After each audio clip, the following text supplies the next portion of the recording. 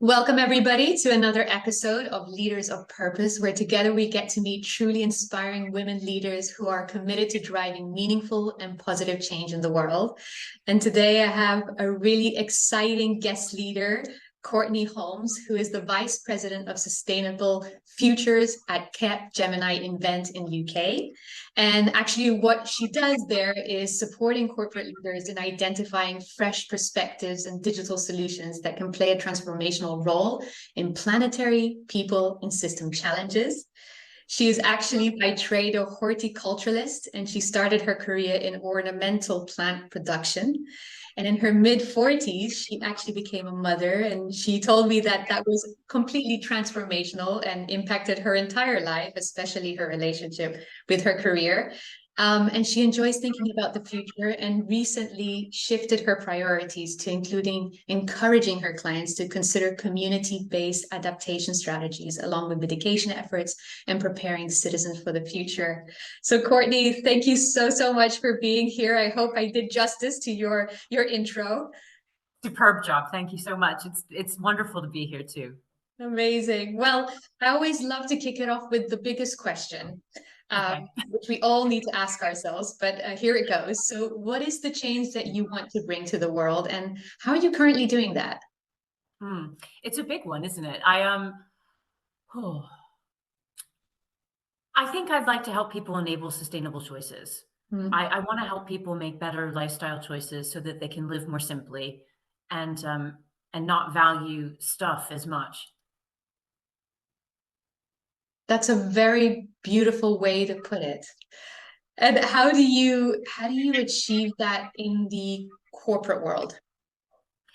Yeah, I think in the corporate world, it's important because corporations are filled with people, and people make decisions every single day as part of their personal lives and their professional lives. And I've always said that within businesses, typically, if you give people the right data and they understand the choices and the implications of those choices, that they tend to make a better decision. And it's the same with sustainability related data. You know, if you understand the impacts of multiple decisions and the data's in front of you, then you're empowered to make a more sustainable choice, whether you may not know it or not. And so I think data is a powerful enabler for driving sustainable choices. Definitely. Well, before we dig deeper into the topic of sustainability, one of the things that I always ask myself and others is we all seek purpose, right? Some of us are lucky to have it early on, find it early on in our careers or our lives. And some of us find it along the way. What about yourself? What was your aha moment in terms of finding your purpose? I was really fortunate that I found my purpose very early on in my life. I would say in my late teens, early 20s.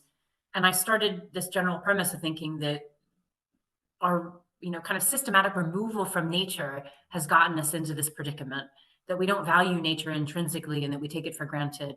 So my purpose has always been to give people tools and kind of solutions to bring them closer to nature. And I truly do believe that if we solve for that problem, a lot of the other stuff will take care of itself. Can't agree more. Definitely. Wow. Well, that actually gets me to the topic of sustainability, which is personally, I find it such a complex, a huge problem, and it's constantly changing and evolving, well, our understanding of it at least. Yeah. So I was wondering, as a leader yourself and as a visionary and someone that's consulting other leaders, how do you prioritize all these different areas that sustainability covers, and how do you stay on top of the trends, that are taking place all the time? My first bit of advice is to get rid of your television and read more. I read a lot, incessantly, actually, and I think from a business perspective, materiality assessments are really important. I think it's fundamentally important to understand what the material impacts of your business are and how they're impacting the environment and society. And you need to start with those areas where you have the biggest negative impact and to look to pivot that towards a positive impact. That's number one. That being said, it is very easy today for businesses and for individuals to get caught up in reporting and measuring. And I think reporting is good in some ways because it puts it on the board agenda, but in other ways it simplifies these huge systemic issues. We're never going to drive the systemic change we need to on huge topics like deforestation or, public transport if we don't take a step back and think about the bigger picture. And if we're only focused on reporting, we're never going to do that. Yeah. So I think reporting, there's a double-edged sword when it comes to corporate reporting. I think it's important to hold people account and to have, comparisons and benchmarking capability.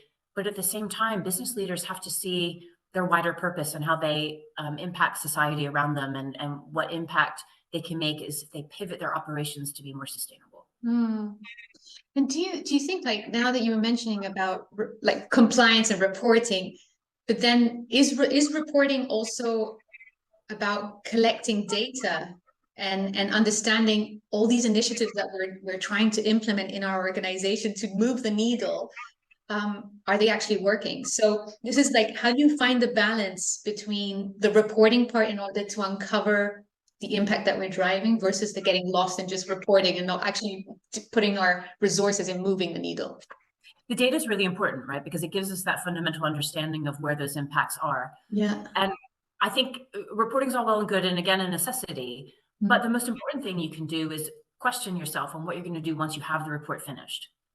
I think the report is not the end goal. The report is the starting point.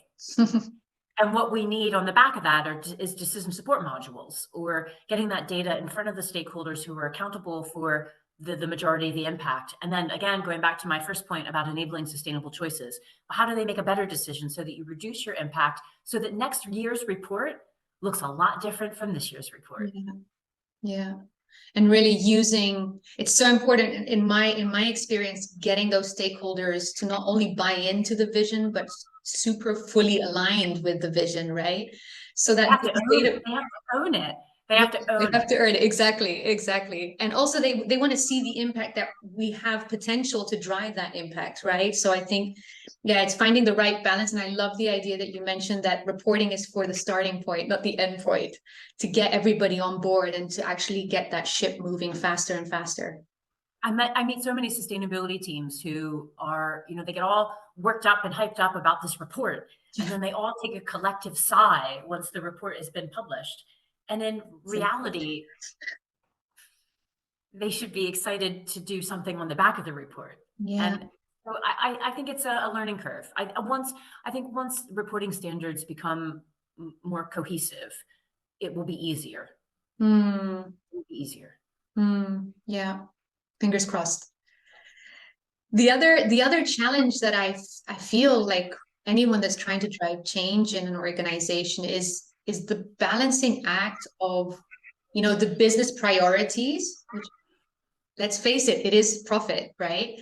Versus like driving sustainable goals. And my question is, how do you help leaders or change makers to find the right balance between that? And has it been a challenge, and are you seeing a change happening?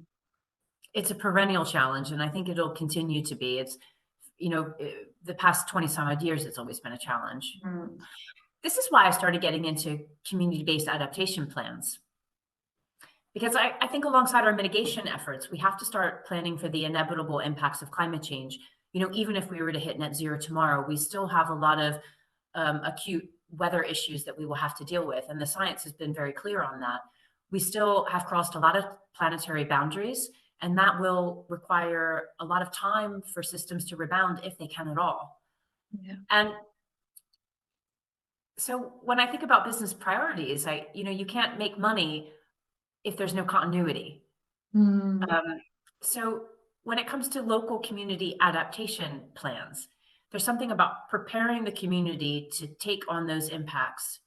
And then as businesses are a part of those communities, they have to deal with the infrastructure that's necessary to continue to drive their business.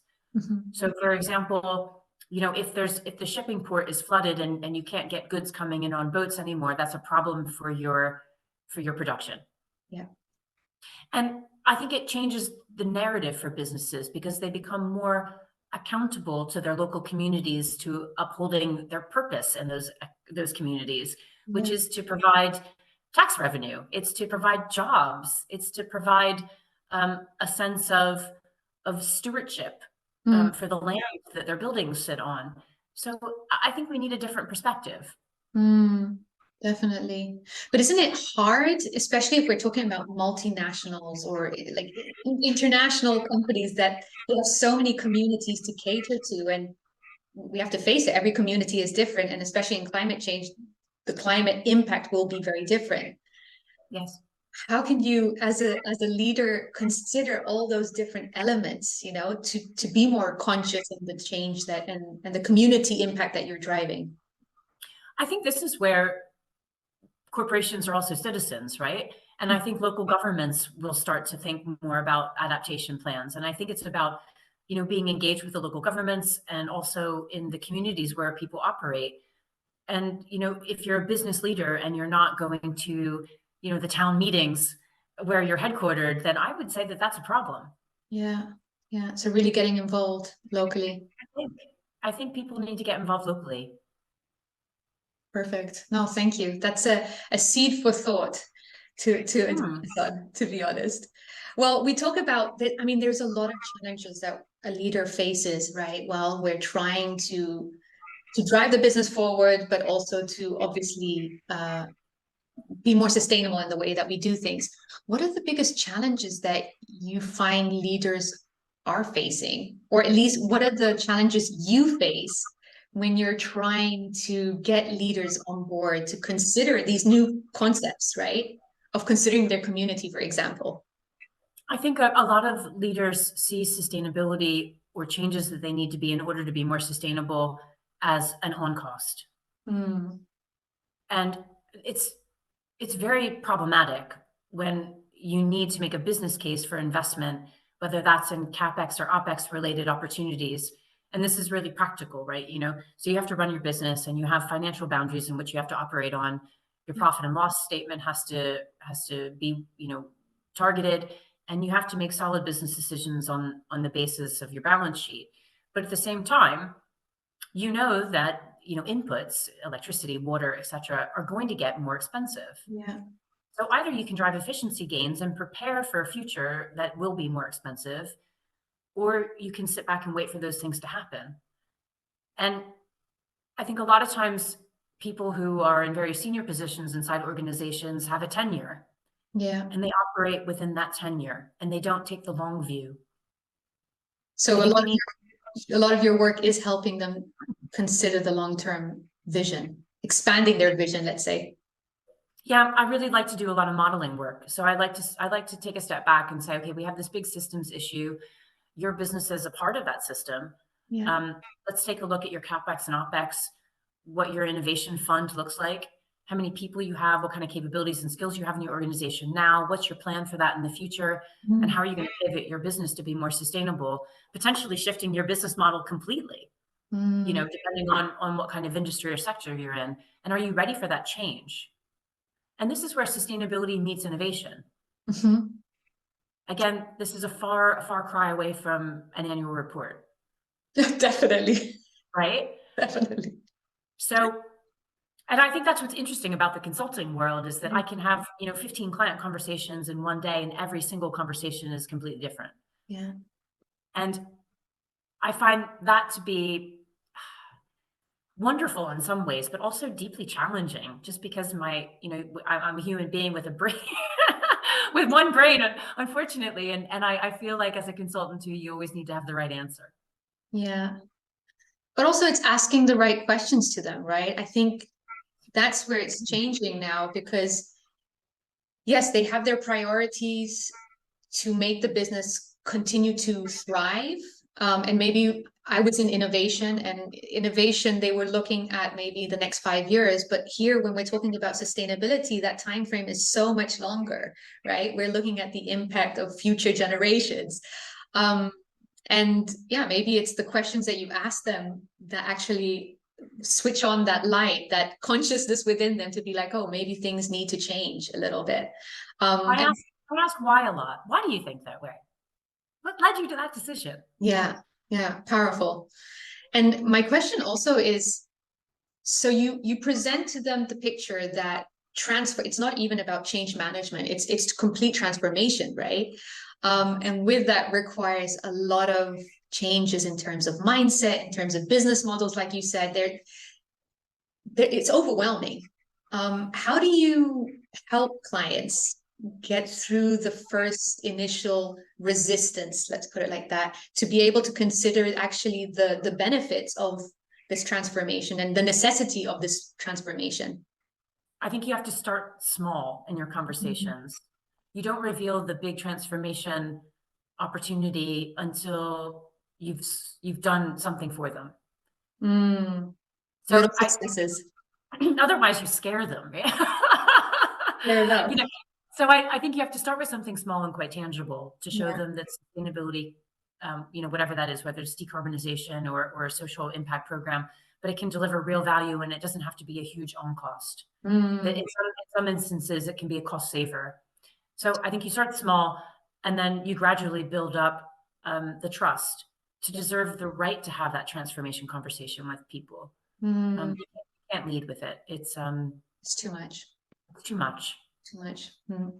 Actually, that takes me to my next question, which is, are you able to share with me, like, or us, let's say a sustainability initiative or solution that you feel proud about because you've seen the impact? Maybe there was enormous challenge in the beginning, but you saw an impact and it transformed the way that things were operating.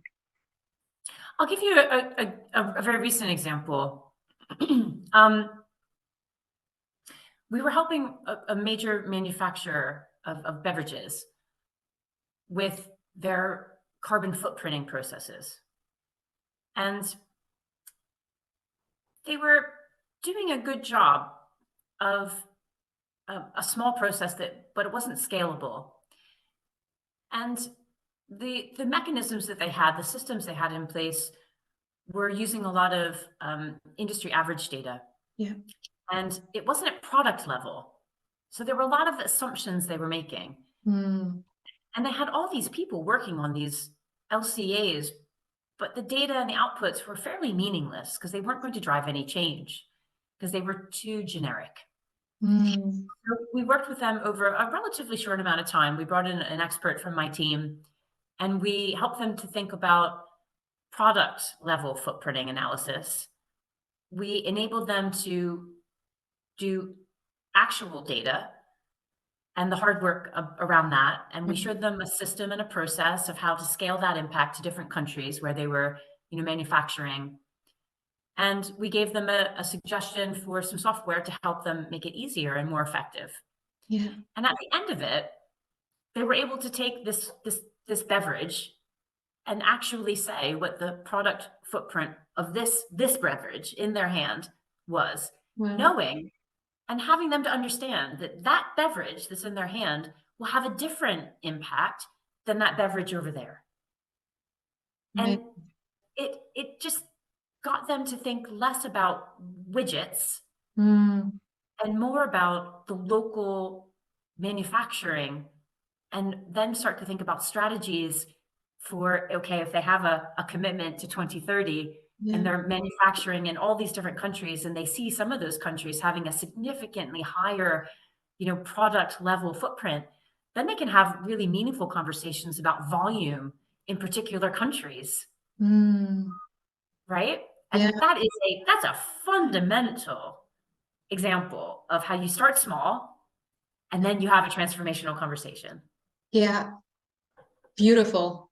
Beautiful. Because it also helps you, that shows you how data can be so empowering, right? You're able to focus on where you can move the needle because now it's not like stopping a complete product line. It's being more detailed about, like, are there specific locations that need to be adjusted, and being more educated and smart about the transformation that you drive. There's a real risk in oversimplification of Mm. really complex things. I think Mm. sometimes you have to embrace the complexity in order to drive the transformation. And what's the key to that? In some instances, it's data. It's data. Mm. I think in a lot of instances, it's data. If you understand and have figures. Mm. And then you can understand the business processes that are driving those figures. Mm. Then you can start to make really concise decisions. Very useful.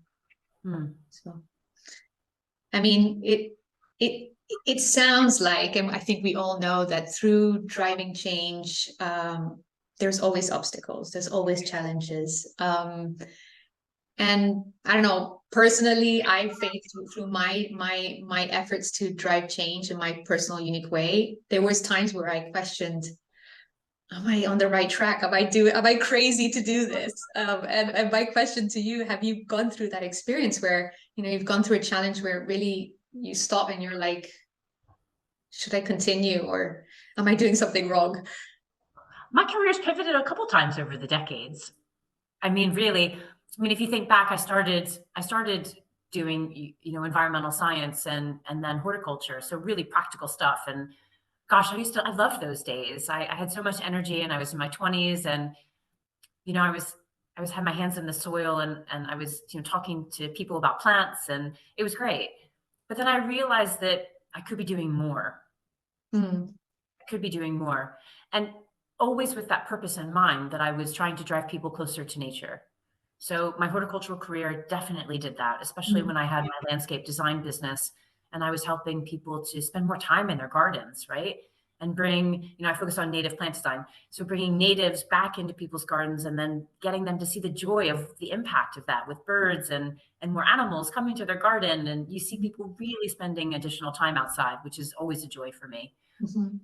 And then when I pivoted to get more into corporate sustainability and working with supply chains, the years that I had when I was working for 2 Degrees and helping Tesco with their fresh food supply chain, working with farmers is always a huge value add because if you get one farmer to change the way they do things, the impact is substantial because farmers always talk to other farmers. Mm. It's a tight-knit And community. yeah, and then later I started getting really heavily involved in technology, Mm-hmm. in my Unilever career. And I saw the impact of how technical solutions could really drive scale. Yeah. And for me, I think where I'm at now in a consulting environment, I'm bringing a lot of that knowledge together. Mm. And it's been a really exciting shift. I think sometimes people are so afraid to just keep on cracking on with the same thing. Yeah. And, there's a lot of transferable skills. So Yeah. I think a message, I think, to the audience and to you, I guess, is, don't be afraid to do something different. Yeah. No, I feel completely aligned with what you're saying. I changed so many different orientations, but when I look back, it's every single moment was a contribution that led me to today and empowers me today. So I very much feel that every choice leads you to your future, self-realization. Let's put it like that. Indeed. And then you have those hiccups, like, having a baby in your mid 40s, which really shakes things Yes, up. definitely, definitely. Definitely. How did that actually impact you mentioned that it impacts your career, like your relationship with your career. Actually, I find that something as women leaders who are passionate, we also have other areas of our lives that we want to, fulfill. And yeah, how did you experience it? How do you balance it actually? I think it boils down to I used to find a lot of joy in my career. Hmm. And it was my single source of joy in a lot of instances. I love to work and I love driving impact. Hmm. And now I have this other, huge aspect of joy in my life. And I have to make time for both of them. Yeah. And I think it's the prioritization. And my relationship with my career shifted because I used to travel quite a lot. And I used to feel that I needed to be on site. And since Vigo's come, he's 4 now, I've learned to deliver through others and Mm. to feel really good about delivering through others. I love that. Well, actually, they say leaders are people that create other leaders. So it actually, through having your child, it forced you into creating the other leaders and delegating a lot of the work. Indeed. Beautiful. Yeah, it's a balancing act for sure. to be honest. But definitely an exciting new impact that we can do, which is our child and building the new generation that hopefully will do a better job at, connecting with nature and driving sustainability a little bit better than what we have done. I hope so. I'm counting on him. He knows it too. Good, good. Well, talking about the future, if you look at the future, do you have any future goals, aspirations that are in the works at the moment, or you're excited about? Yeah, I think I have a job to do right now. Like I feel like enabling sustainable choices is something that I'm pushing almost every day. Yeah. When I think about, 3 or 4 years from now, what will I be doing?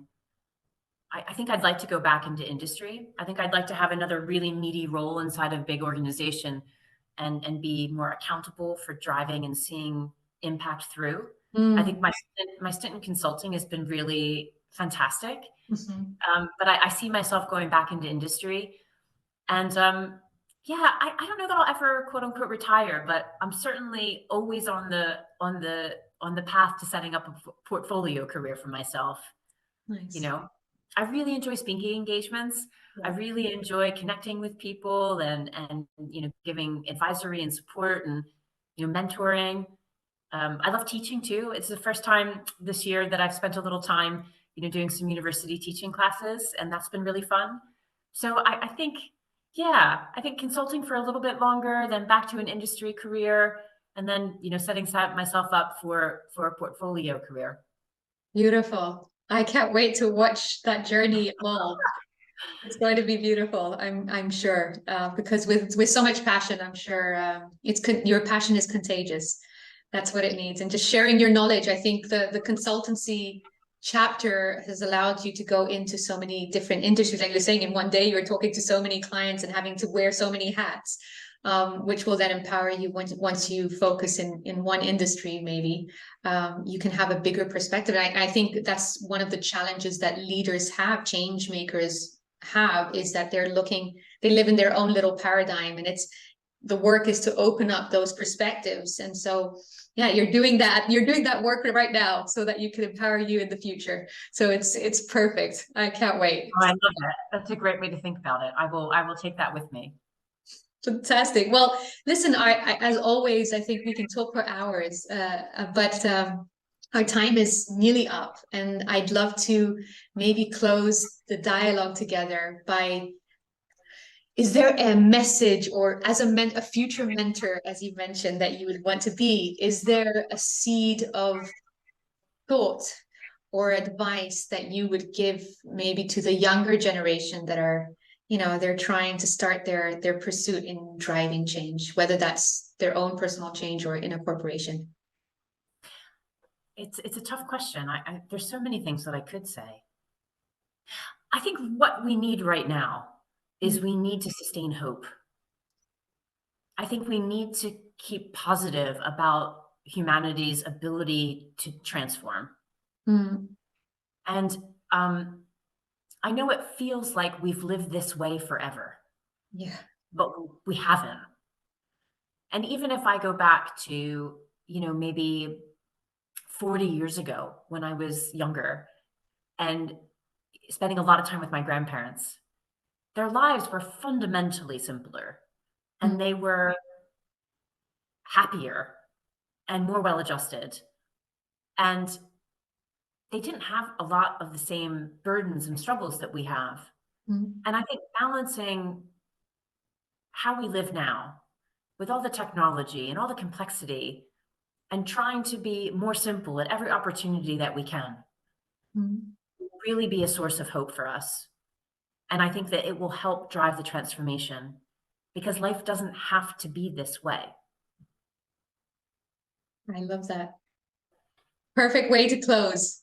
Perfect way to close. Thank you so much for inviting me. It's been so fun getting to know you. And I look forward to continuing our relationship. Thank you so much, Courtney. Always so inspiring. And yes, definitely, I think there's going to be a lot of conversations to come in the future.